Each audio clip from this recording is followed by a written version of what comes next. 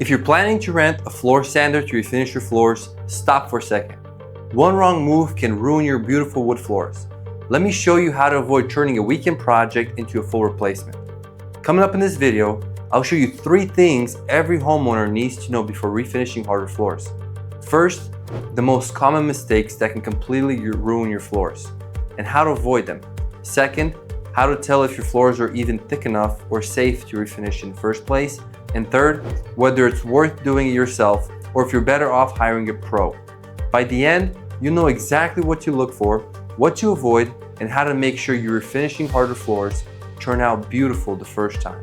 This tool looks harmless, but if you don't know what you're doing, it can chew up your floors faster than you think. I've seen people rent one of these machines, make a few passes, and suddenly realize they've sanded straight through the top layer of the wood.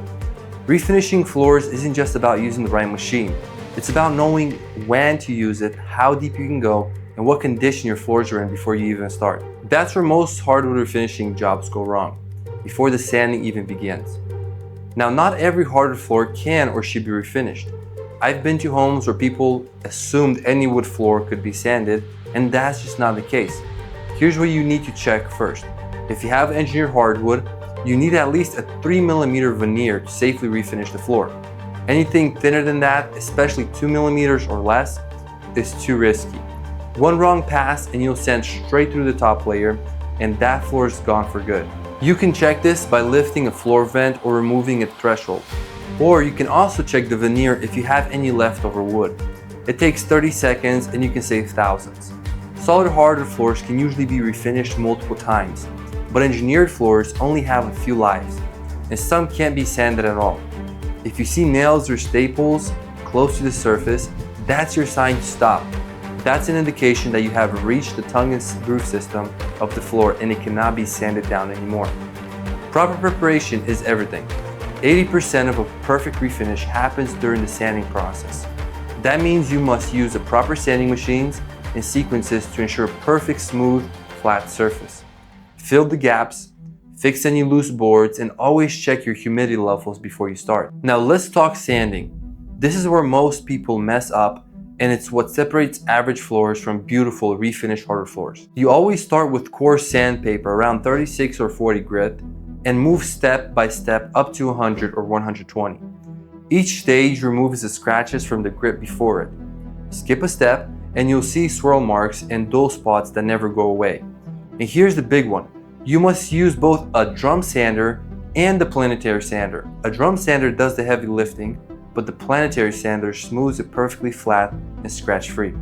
When sanding floors, you should always use a drum sander first, then follow with the Planetary sander. That's how pros get a perfectly flat, smooth, and consistent surface. If your contractor only uses a drum sander and a buffer, that's not enough. You'll never get that high-end finish. I've seen this 100 times. Most people want to go with the cheapest contractors, but that almost always means the lowest quality work. This is where the difference between a $2,000 job and a $5,000 job really shows. Before you ever pick a stain, test it. Lighting, wood species, and even the age of the floor can all change the look of the color once it's dry. Test stains in the main part of the house where it will be the most visible. The same color can look completely different depending on the light. Oil-based finishes give you that warmer amber tone and take a longer time to dry. But water-based finishes dry faster and stay clearer, which is great for keeping a lighter look. I personally always recommend homeowners to go with the water-based finish. No matter which one you choose, let each coat cure fully before moving furniture back, or you'll leave permanent marks and dents. Here's the truth. Cutting corners always costs more in the end. Skipping steps, brushing through sanding, or moving furniture back before the finish hardens, all of that leads to permanent damage.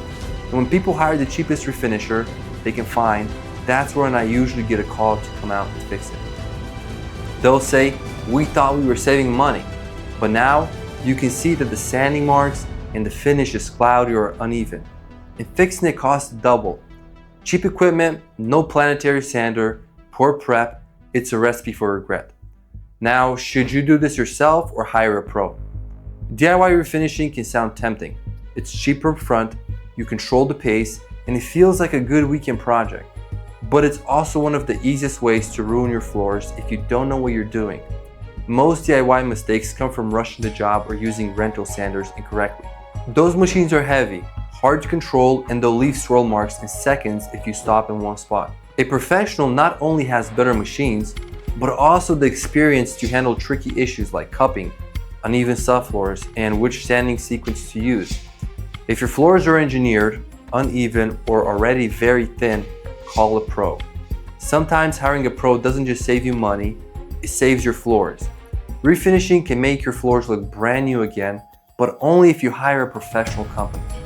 Take your time, prep properly, and understand what kind of floors you have before you start. That's how you get results that last. Before you grab that sander or hire someone, make sure you know what it really costs.